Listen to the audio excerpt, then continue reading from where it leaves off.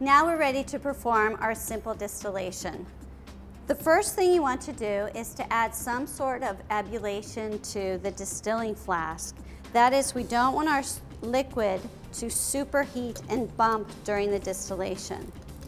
So one of the best things to do is to add a few boiling stones to the flask, and it only takes a few. You don't need a whole lot. You don't need the whole jar, just a few.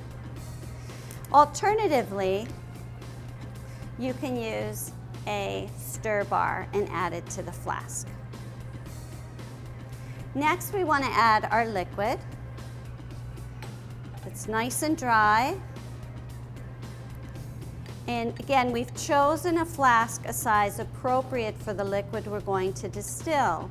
We don't want the flask more than a half or a third full during the distillation, because bumping could occur and impure material would distill over.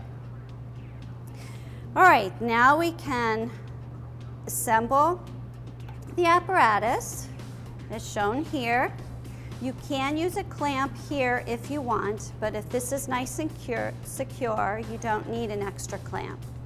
What we do need is to make sure that our heat source, which is the ceramic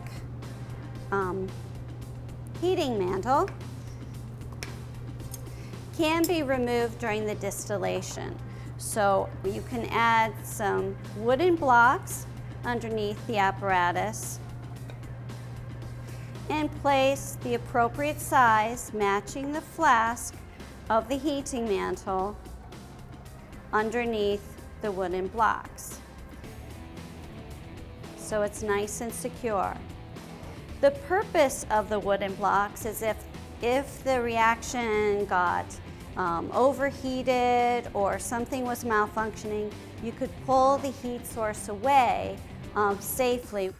Now we need to cool the condenser before we turn the heat source on. So you want to turn the water on slowly.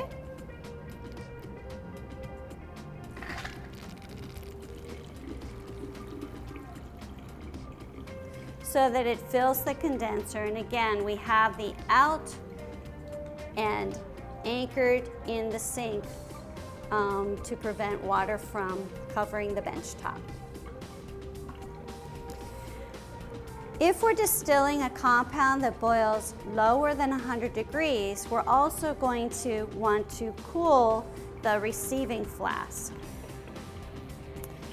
And so ice water is used, and the ice water should definitely be filling or covering only half of the receiving flask, because we don't want water going into our product.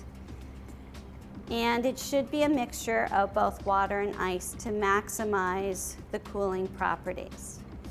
The last step is to start heating the distillation, and we'll want to plug the heating mantle into the variac source. This is really important that it's plugged into the variac outlet and not the regular outlet to prevent superheating of the variac. Now the distillation should begin.